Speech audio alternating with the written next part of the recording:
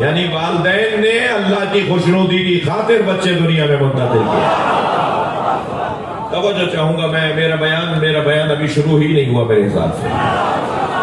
اللہ نے آل ابراہیم کو اپنی رحمتوں سے نوازا ہے اور آل ابراہیم کو ایک سچی علی زبان عطا کی ہے. سچی اور علی زبان. لفظ علی، اسم علی، مولا علی کا نام علی، جیسے محمد، اللہ اکبر. سرکار کس کے نبی ہیں؟ اللہ کے. تو اللہ کے نبی کا نام رکھا علی کے بابا نے، اور علی کے بابا کے بیٹے کا نام رکھا اللہ نے. یعنی اللہ نام رکھا رہا ہے علی اور ابو طالب نام رکھ رہے محمد. جب حضرت عبد المطلب کی گود میں آئے نا، حضرت نبی مکرم کو لا کے دیا تو 2 قدم پیچھے کھڑے تھے حضرت ابو طالب، بابا سے 2 قدم پیچھے کھڑے تھے. تو دادا عبد المطلب نے گود میں لے کے کہا، ابو طالب ذرا قریب آؤ، یہ میرا پوتا جو میری گود میں ابھی دیا گیا ہے، میرے عبداللہ کا بیٹا، میں نے آج تک اتنا حسین بچہ نہیں دیکھا. اچھا، بولنے والا کون تھا؟ قمر بکھا، پورے مکے کا چاند. مکے میں عبد المطلب سے زیادہ حسین کوئی تھا ہی نہیں. اور پوچھ کس سے رہے تھے؟ حضرت ابو طالب سے. ان کا لقب ہے قمر حرم. جب حرم الہی میں جاتے تھے نا حضرت ابو طالب، تو ان سے زیادہ کوئی حسین ہی نہیں ہوتا. جو حرم الہی کا حسین ہو، جو پورے مکے کا حسین اور جمیل ہو، جو خود دونوں حسین ہو، وہ کہہ رہے ہیں میں نے اس سے زیادہ حسین دیکھا ہی نہیں ہے. اللہ اکبر. اے میرے بچے، جو اتنا حسین ہو اس کا نام کیا رکھا جاتا ہے؟ تو کہا بابا سب لوگ تعریف کریں آپ کی اور آپ تعریف کریں اس کی، تو جس کی تعریف ہو وہ تعریف کرے، اسے محمد کہا جاتا ہے.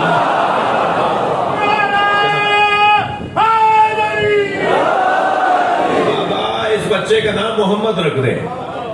تو دادا اور چاچا نے نام رکھا محمد. جی توجہ چاہوں گا. کچھ مدت پہلے ایک ہندو میرے پاس آیا مسلمان ہونے کے لیے. کوئی داس کر کے نام اس کا رکھتا تھا، روشن داس ایسے کر کے. داس لگتا ہے نا ہندوؤں کے، ایسے داس کر کے نام تھا اس کا. تو جب اس نے کلمہ پڑھ لیا اور ائمہ اہل بیت کا اقرار کر لیا اور اس نے نماز اور روزہ اور عبادات کے بارے میں جان لیا، تو اس نے کہا کہ اور کوئی حکم؟ میں نے کہا نام تبدیل کر دو. کہا جی میں یہ آپ سے پوچھنا چاہتا تھا تو کیا نام رکھو؟ میں نے کہا محمد علی نام رکھو. جب اس نے نام رکھ لیا تو اب مجھ سے وہاں بیٹھے ہوئے لوگوں میں سے کوئی پوچھ سکتا تھا نا کہ مولانا آپ نے یہ نام کیوں چینج کروایا؟ نام تو ممکن ہے لغت میں اس کا کوئی برا نام مانا نہ ہو، یقیناً اچھا نام مانی ہوگا، اس کا مطلب اچھا ہوگا. لغت میں، ہندی زبان میں کوئی اچھا ہی مطلب ہوگا، تو آپ نے چینج کیوں کروایا؟ تو میں نے کہا جی یہ رائج ہے، عیسائی یہودی ہندو جب مسلمان ہوتے ہیں تو پھر ایسا ہوتا ہے کہ کہتے ہیں جی کافر ماں باپ کا رکھا ہوا نام ہے، تو کفر کے زمانے کا نام ہے، تو پھر ہم نام تبدیل کر دیتے ہیں. حضرت عبد المطلب اور حضرت ابو طالب نے محمد نام رکھا ہے. کسی مسلمان میں دم ہے کہ نام بدل کے لکھا ہے؟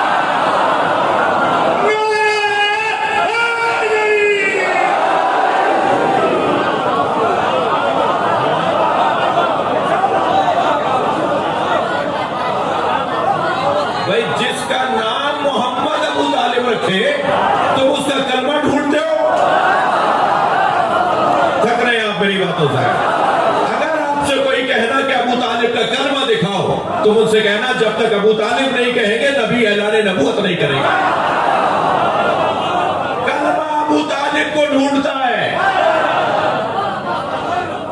تم حضرت ابو طالب کے کلمے کی تلاش میں ہو. اس وقت میں حضرت ابو طالب کا کلمہ یہ تھا جب دعوت ذوالعشیرہ میں فرمایا قم یا سیدی و مولائی وفعل ما تؤمر قل ما شئت. اے میرے سید، اے میرے مولا محمد، کھڑے ہو جاؤ. اپنی گود کے پالے ہوئے کو اپنا مولا بولنا ہی تو ابو طالب کا کلمہ تھا. اور کلمہ کیا ہوتا ہے؟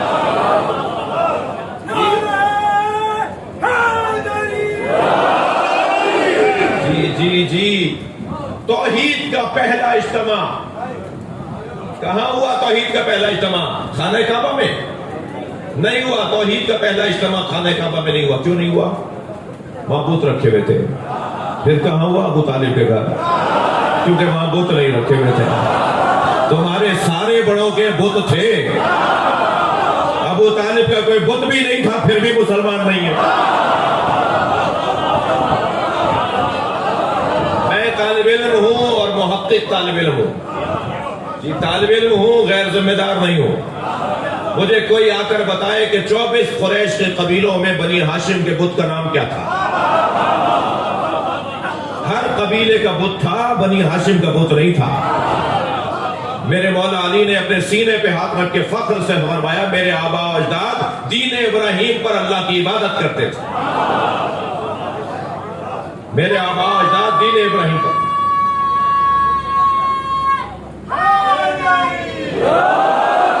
لہذا حضرت ابو طالب کے بارے میں اور نبی کے آبا و اجداد کے بارے میں ہمارا عقیدہ بہت روشن ہے. یتیم خانوں کی دیواروں پر یہ حدیث لکھ دیتے ہیں، انا وکافل الیتیم کا ہاتین فی الجنہ. نبی فرما رہے ہیں کہ میں اور یتیم پالنے والا جنت میں ان 2 انگلیوں کی طرح ساتھ ہوں گے. چندہ چاہیے یتیم بچوں کے لیے؟ ہاں ضرورت ہے، ادارے بغیر چندوں کے نہیں چلتے. تو پھر دیواروں پر حدیث لکھ دیتے ہیں، فریم کرا کے لگا دیتے ہیں کہ نبی نے فرمایا انا وکافل الیتیم، میں اور یتیم پالنے والا کہاتین، ایسے اشارہ کے ساتھ کہاتین، ایسے کہاتین فی الجنہ، ایسے جنت میں دونوں ساتھ ہوں گے جیسے یہ 2 انگلیاں ساتھ ہیں. تو یتیم پالنے والا تو جنت میں نبی کے ساتھ ہو، اور جو نبی یتیم پالے ابو طالب وہ تمہیں کہیں اور نظر آ رہا ہے. جو یتیموں کا باپ پالے، جو یتیموں کا سربراہ پالے، اس کے بارے میں تمہارا یہ عقیدہ ہے. توجہ ہے. جنگ نبی کی رحلت کے بعد مولا علی نے 3 نہیں لڑی، 3 جنگیں نہیں لڑی. جمل، صفین، نہروان، یہ 3 جنگیں نہیں لڑی. علی نے 4 جنگیں لڑی ہیں. جمل، صفین، نہروان اور سرد جنگ. یہ 3 جنگیں گرم جنگ تھی، ایک سرد جنگ.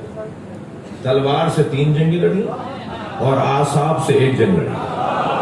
وہ جو سرد جنگ علی نے لڑی ہے نا، وہ یہی ایمان ابو طالب کا مسئلہ ہے. باقاعدہ بھائی کوئی نعرہ نہیں لگائے، مطلب بات چلی جائے. یہ باقاعدہ شام میں یہ مشورہ ہوا کہ علی کو ہم کسی جنگ میں ناکام نہیں کر پا رہے، ایک مسئلہ اٹھا دیتے ہیں، علی کو جگہ جگہ جواب دینا پڑے گا. اور مسئلہ یہ اٹھاتے ہیں کہ ابو طالب نے تو کلمہ ہی نہیں پڑھا.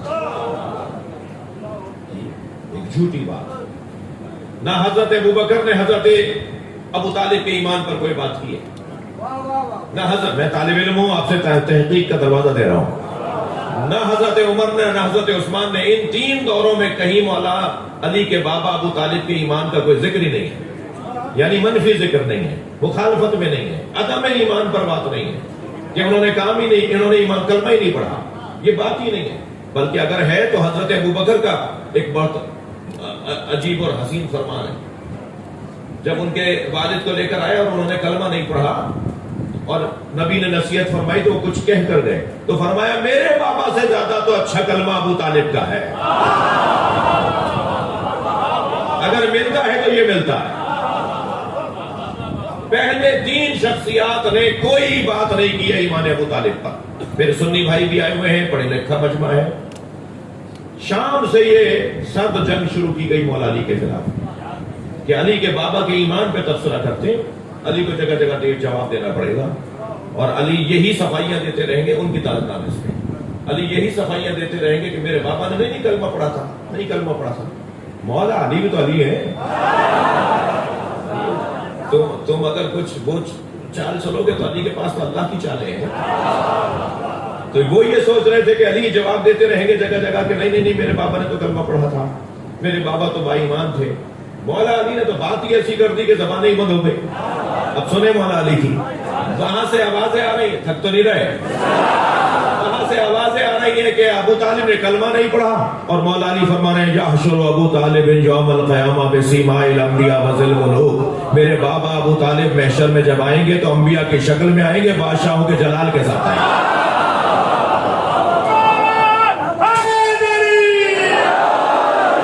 تم کلمے کی بات کر رہے ہو، علی کہہ رہے ہیں وہ نبیوں کے ساتھ کھڑے کیے جائیں. تم کلمہ ڈھونڈ رہے ہو، مولا علی فرما رہے ہیں ان کی آمد بادشاہوں کی طرح ہوگی. تم کلمے کی بات کر رہے ہو، محشر میں لوگ گردن لٹکائے کھڑے ہوں گے، ابو طالب ایک سواری پہ چڑھ کر آئیں گے. صلوات پڑھے محمد و آل محمد.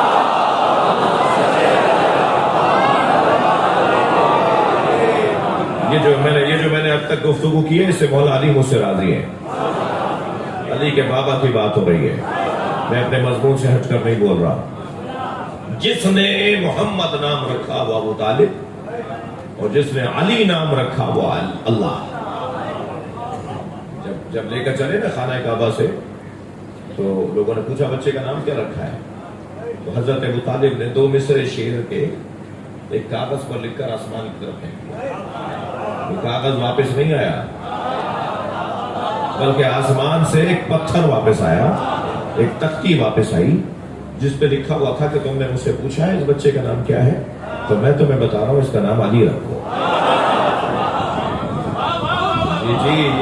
جی مولا علی کا نام اللہ نے رکھا ہے، اور جس کا نام اللہ رکھے، بھائی محاورہ بولو میرے ساتھ، صلوات پڑھ لیں محمد و آل محمد. میں چاہ رہا تھا کہ وجہ تسمیہ علی کچھ بیان کرو. کیوں کون المسمى، کیوں مولا علی کا نام علی رکھا؟ وجہ تسمیہ. مثلا میرا نام شہنشاہ حسین نقوی ہے، میری نانی نے، میرے دادا نے اجمیر شریف میں خواجہ معین الدین چشتی رحمۃ اللہ علیہ کا عرس چل رہا تھا، اور ان کی میری نانی کیونکہ اجمیر کی تھیں، اجمیر شریف کی، تو انہوں نے کہا اس کا نام جو ہے وہ خواجہ صاحب کی ربائی کی یاد میں شاہ است حسین، بادشاہ است حسین، دی است حسین، دی بنا است حسین، سردار نداد دست در دست یزید، حقا کے بنا لا الہ است حسین. تو اس انداز سے انہوں نے سوچا اور نام رکھ دیا. البتہ کرم ہے مولا کا کہ مطمئن ہوں اپنے نام سے. جی نام شہنشاہ حسین، حسین شہنشاہ ہے. تو پوچھا جاتا ہے نا مثال یہ کہ محمود شاہ صاحب کا نام محمود شاہ کو رکھا گیا، ان کے دادا کا نام تھا، مثلا ان کے فلاں بزرگ کا نام تھا. مثلا پوچھا جائے کہ جی رضا کا نام رضا کیوں ربی امام رضا کی وجہ سے. وجہ تسمیہ، کیوں یہ نام یہی کیوں؟ تو کیوں علی نام رکھا اللہ نے؟ اللہ نے علی نام رکھا. میرے پاس اس وقت کوئی 10 علتیں ہیں اس کی، مگر مجھے نہیں پتا، وقت بھی تک ہو گیا، پتا ہے مجھے وقت تک ہو گیا. تو جہاں تک بات جاتی ہے 2 یا 3 علتیں بھی بیان کر دوں کہ علی مولا کا نام علی کیوں رکھا، تو میری محنت سوارت ہو جائے گی. کون المسمى بعلی، کون المسمى بعلی لأنه من العلو.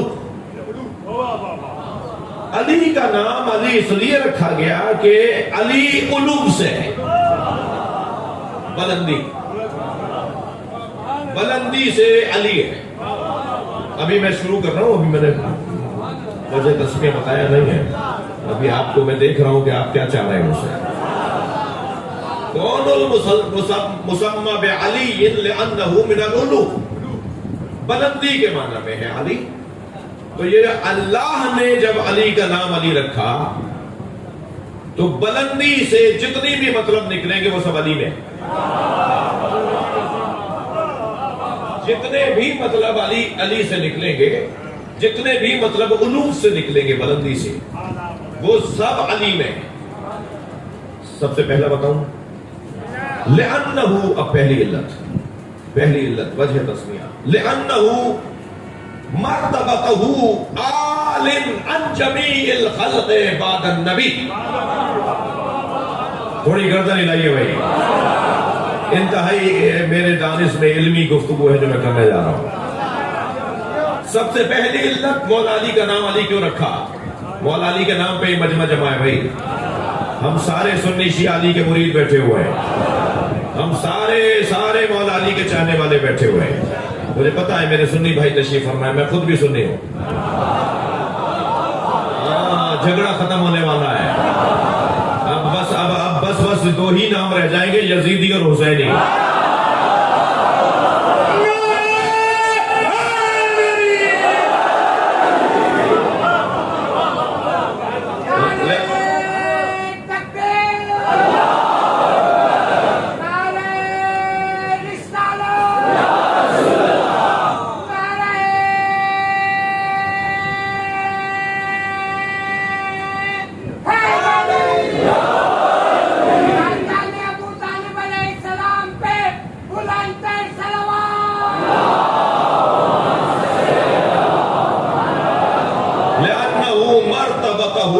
مرتبتہ عالٍ عن جمیع الخلق بعد النبی، کیونکہ نبی کے بعد، سرکار دو جہاں کے بعد، خاتم الانبیاء کے بعد، مصطفیٰ سرکار کے بعد اس پوری کائنات میں جو بڑا ہے والی ہے۔ بھائی کرتا نہیں لاؤ، ایسے نہیں ہوگا، مجھے پتا تو چلے میری بات جا رہی ہے۔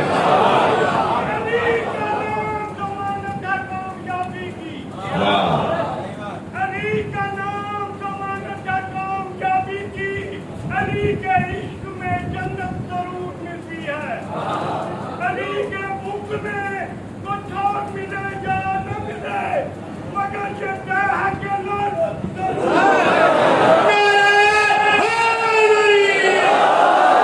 لأنه مرتبته عالٍ عن جمیع الخلق بعد النبی، نبی کے بعد، نبی کے علاوہ جس کا مرتبہ ساری مخلوق میں بلند ہے اسے علی کہا جاتا ہے۔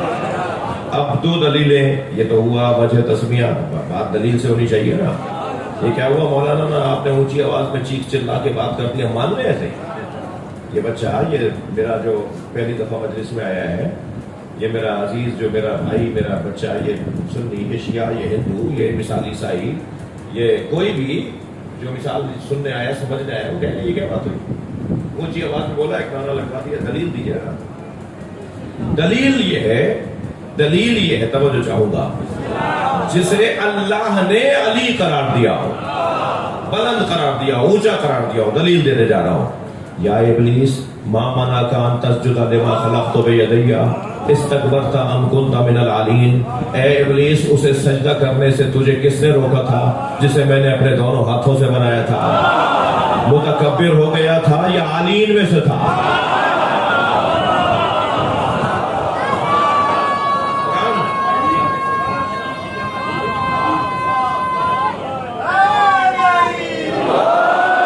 تو نے آدم کو سجدہ کیوں نہیں کیا؟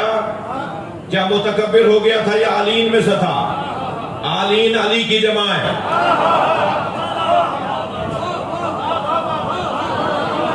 کچھ ہستیاں تھیں اس وقت بھی جو تھیں مگر آدم کو سجدہ کرنے کے لیے نہیں تھیں، بلکہ آدم کو سجدہ ہی اس لیے ہو رہا تھا کہ آدم کی پیشانی میں ان کا نور تھا۔ یہ قرآن ہے بھائی، یہ قرآن ہے۔ اللہ نے مولا علی کو کے مرتبے کو سب سے بلند رکھا ہے، اس لیے یہ سب علی ہے۔ ڈاکٹر صاحب فرماتے ہیں اچھا علی کی جمع عالین، عالین میں سے تھا، علیوں میں سے تھا۔ ڈاکٹر صاحب فرماتے ہیں جب یہ وہاں ہوتے ہیں سب علی ہوتے ہیں، جب یہاں آتے ہیں سب محمد ہوتے ہیں۔ توجہ بڑھائیے بھائی تھوڑا سا۔ کلنا محمد، آخرنا محمد، کلنا محمد، کلنا علی۔ یہ جب وہاں ہوتے ہیں سب علی، یہاں ہوتے ہیں سب محمد، یہ دو کب ہیں؟ محمد اور علی دو کب ہیں؟ یہ ایک ہی حقیقت کی دو تصویریں ہیں۔ معاف کیجئے گا، جیسے سکے کے دو رخ ہوتے ہیں بلا تشبیہ، ایک طرف لوگو بنا ہوا ہوتا ہے، ایک طرف پیسے لکھے ہوئے ہوتے ہیں، ایک طرف بتاتا ہے کون سے ملک کا سکہ ہے، دوسری طرف بتاتا ہے کتنے کا سکہ ہے، ایک طرف حیثیت ہوتی ہے، ایک طرف مالیت ہوتی ہے۔ علی نبی کی حیثیت کو کہتے ہیں، نبی علی کی مالیت کو کہتے ہیں۔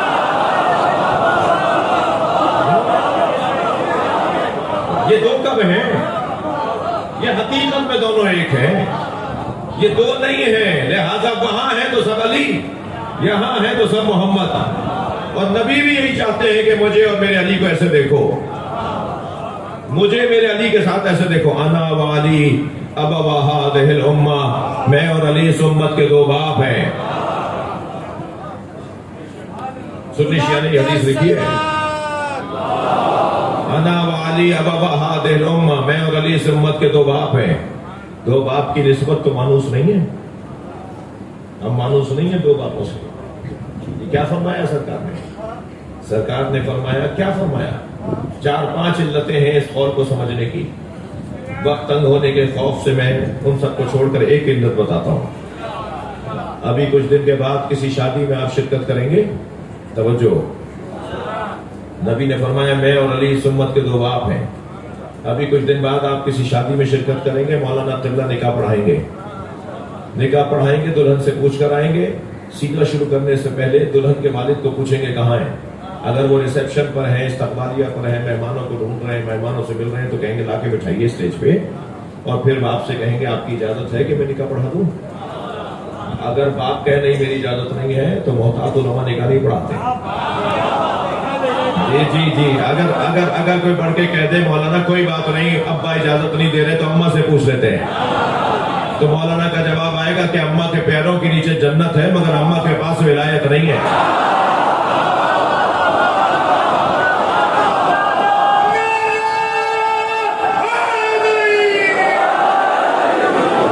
ماں کا درجہ بہت بلند ہے,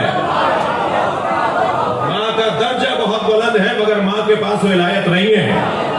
ماں اجازت دے یا نہ دے, اگر باپ اجازت دے دے یا نہ دے تو نہیں پوچھا جائے گا ماں سے, اس لیے کہ ماں بہت بلند رکھتی ہے درجہ. یہ جو نبی نے فرمایا نا انا و علی ابا بہادر امہ, میں اور علی اس امت کے دو باپ ہیں, تو نبی یہی تو شاید فرما رہے ہیں نا کہ اگر کسی میدان میں کوئی ماں اس باپ کے مقابلے میں آ جائے تو یہ مت دیکھنا کہ وہ ماں کیا کہہ رہی ہے, یہ دیکھنا امت کا باپ کیا کہہ رہا ہے.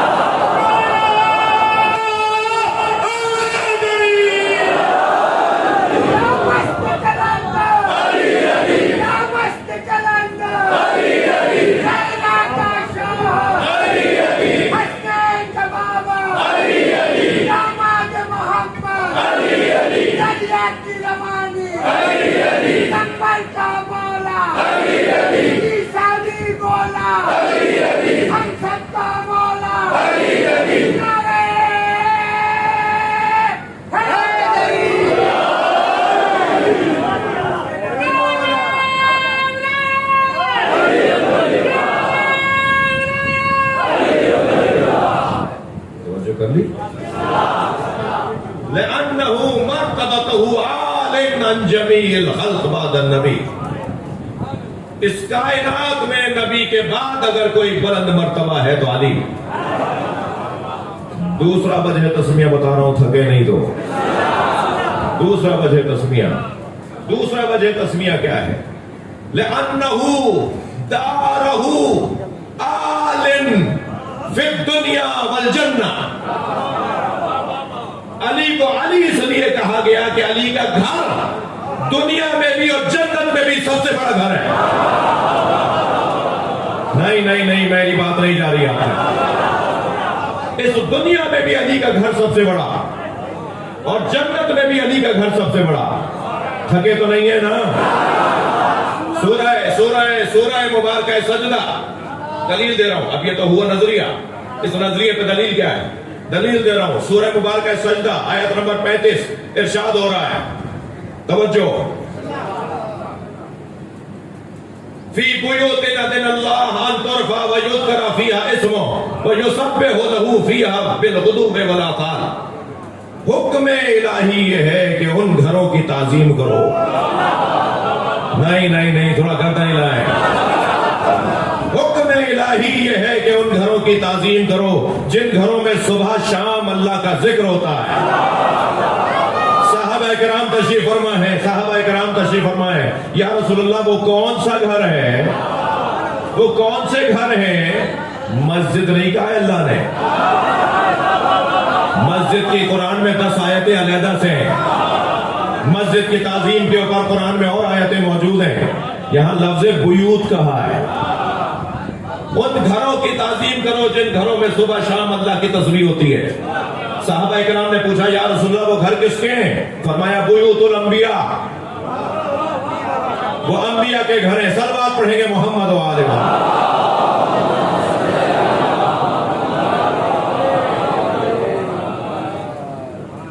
میرے بھائی رضا عباس, ہمارے ذاکروں کی صحت و سلامتی, میرے بھائی کی سلامتی, ان کا بھتیجا بیمار ہے, اس کی شفایابی کے لیے بلندتر صلوات پڑھیں. نہیں بلند صلوات.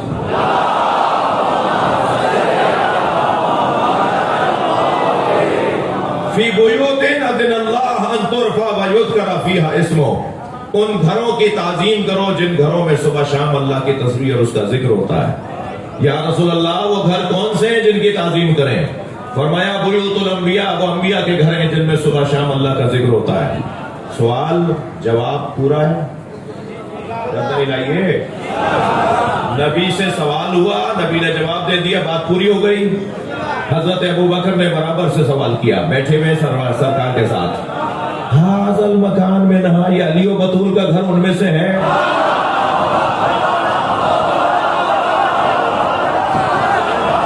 بھائی سوال ہوا، سرکار نے جواب دے دیا۔ پوچھنے والوں نے پوچھا وہ کون سے گھر ہیں جن کی تعظیم کریں؟ قرآن سورہ سجدہ، اللہ کہہ رہا ہے ان گھروں کی تعظیم کرو۔ وہ کون سے گھر ہیں جن کی تعظیم کا اللہ نے حکم دیا ہے؟ سرکار نے فرمایا وہ انبیاء کے گھر ہیں۔ سوال ہوا، جواب ہو گیا۔ اس کا مطلب ہے حضرت ابوبکر کے ذہن میں یہ گھر بھی ان گھروں میں تھا۔ بھائی میں مریدوں سے بات کر رہا ہوں، یہ کہیں ایسا نہ ہو کہ تم کہیں اور ہو، تمہارا پیر کہیں اور ہو۔ حضرت ابوبکر سوال کر رہے ہیں کہ یہ گھر ان میں سے ہے۔ اب یہ سوال دیکھیے اور جواب دیکھیے۔ سوال کیا یہ علی و بطول، اشارہ کر رہے ہیں ہاذا المکان میں نہا، یہ مکان ان گھروں میں سے ہے جن گھروں کی تعظیم کا اللہ نے حکم دیا ہے۔ تو حضرت رسالت مآب نے بے ساختہ فرمایا نام من افاضلھا، یہ ان سب سے افضل ہے۔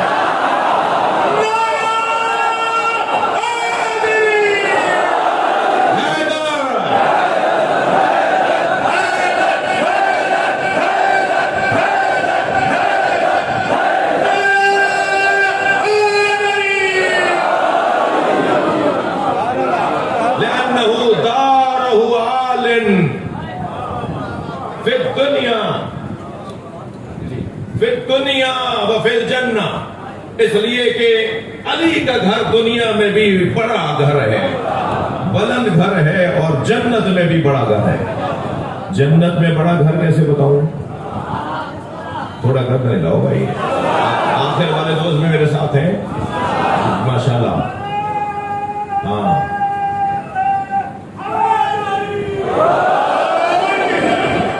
کی سلامتی کے لیے، صحت کے لیے بہت عرصے سے بیمار ہیں، ان کی شفا یابی کے لیے محمد علی صاحب کی بلند تر صلوات ہو۔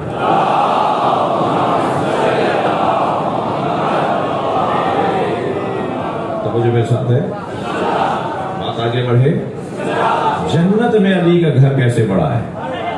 ایک جملہ کہوں گا، میں گھنٹہ بول سکتا ہوں، طالب علم ہوں، اپنی عاجزی کا احساس بھی رکھتا ہوں، اپنی ناتوانی کا احساس بھی رکھتا ہوں، مگر جنت میں علی کا گھر کتنا بڑا ہے میں اس کے بارے میں گھنٹہ بول سکتا ہوں۔ بس ایک جملہ کہوں گا، جس علی کے بچوں کے ہاتھ میں جنت ہو۔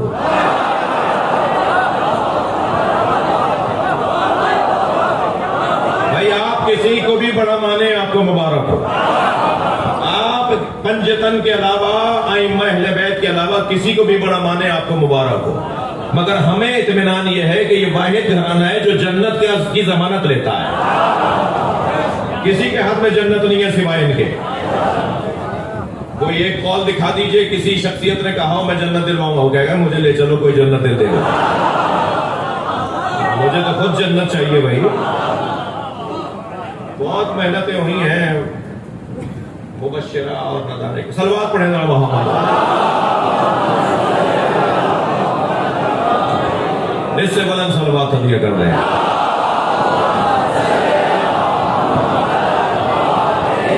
میرا بھائی آ چکے ہیں، نوحہ خوانی بھی ہونی ہے، افطار بھی قریب تر ہوتا چلا جا رہا ہے، مگر میرا دل کہہ رہا ہے کہ کیوں مولا علی کا نام علی رکھا، اس کی ایک اور علت بتاؤں۔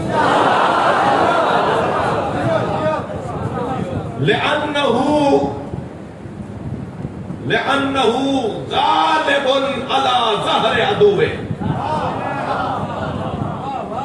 علی ہمیشہ اپنے دشمن پر غالب رہتا تھا، اس لیے علی کبھی علی کا دشمن علی کو غالب مغلوب نہیں کر پایا، ہمیشہ مولا علی اپنے دشمن پر غالب رہے۔ جنگ بدر ہو، جنگ احد ہو، مسلمانوں نے جنگ ہاری ہوگی، علی نے نہیں ہاری۔ کیا کرے گا بھائی، کیا کروں میں؟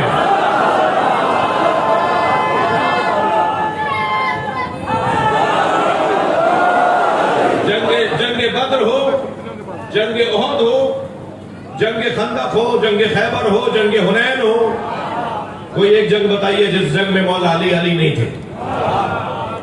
جنگ بدر کے اندر جب آئے مسلمان تو مشرکین مکہ ایک کرائے کا قاتل لے کر آئے.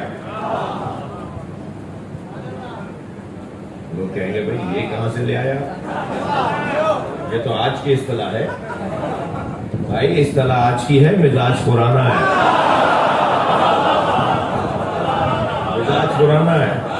نام ہے اس کا نوفل.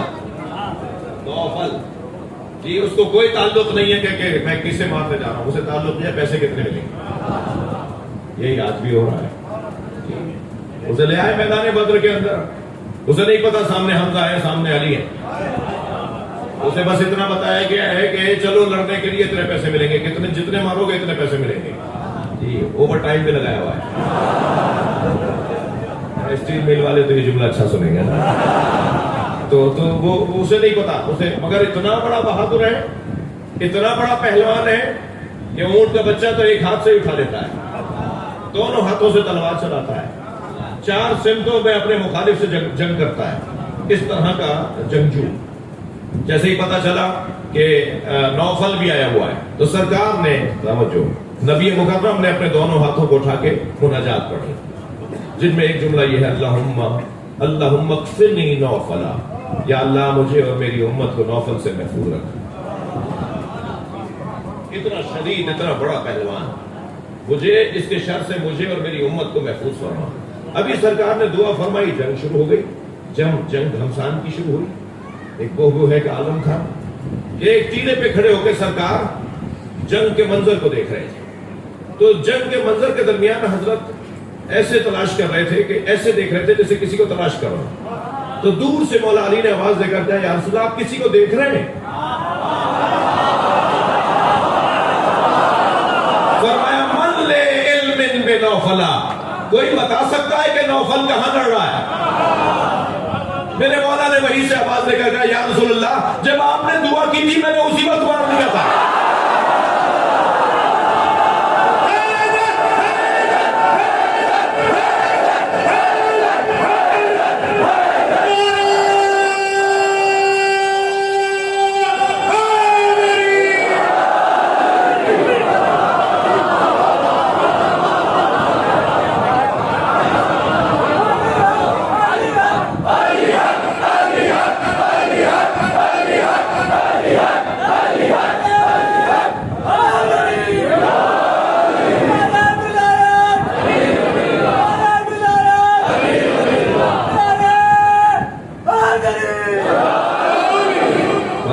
جملے کو ریپیٹ کریں. آپ حیدر حیدر کا نعرہ لگا کے خود اسے ریپیٹ کریں.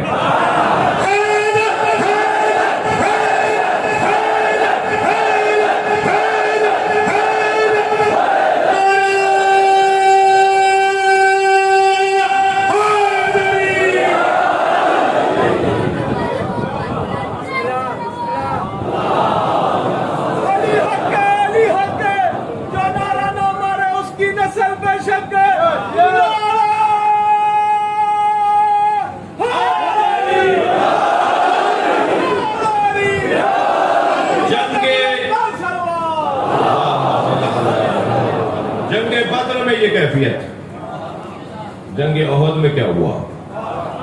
سب چلے گئے، 17 لوگ رہ گئے، اور علی ایسے لڑ رہے تھے جیسے لوگ لشکر کی بنیاد پہ لڑتے ہیں. تنہا علی لشکر کی طرح لڑ رہے ہیں. اور جب علی تنہا میں ایسے تنہائی میں ایسے لڑ رہے تھے کہ کبھی دشمن کی طرف ادھر جاتے تھے، کبھی ادھر جاتے تھے، کبھی قلب لشکر میں جاتے تھے، تو جبریل امی تو اتر چکے تھے نا نبی کی حفاظت کے لیے. تو سرکار کے پاس جبریل نے بیٹھ کر کہا، یا رسول اللہ دیکھ رہے ہیں آپ کا علی کیسے لڑ رہا ہے؟ تھکے نہیں، تھکے نہیں، دیکھ رہے ہیں آپ کا علی کیسے لڑ رہا ہے. میرے مولا نبی نے بے ساختہ فرمایا، کیف لا انہ منی وانا منہ، کیسے نہ لڑے، میں اس سے ہوں وہ مجھ سے ہے. جبریل جانتے تھے یہ منیت کیا ہے. فوراً جبریل نے کہا، انا منکم، اور میں آپ دونوں سے ہوں. آواز آئی، لا فتح الا علی،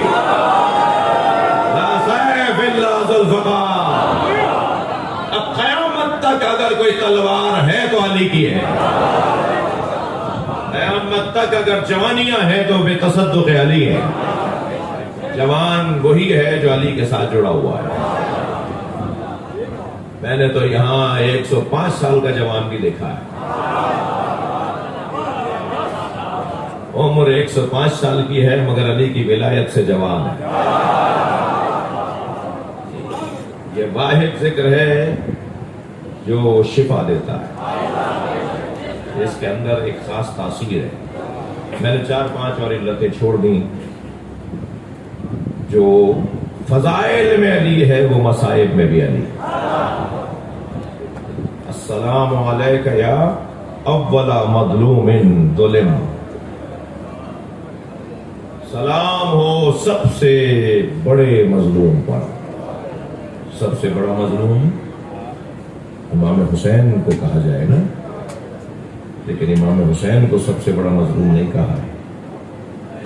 میں تو ایک ہی علت بتاؤں گا،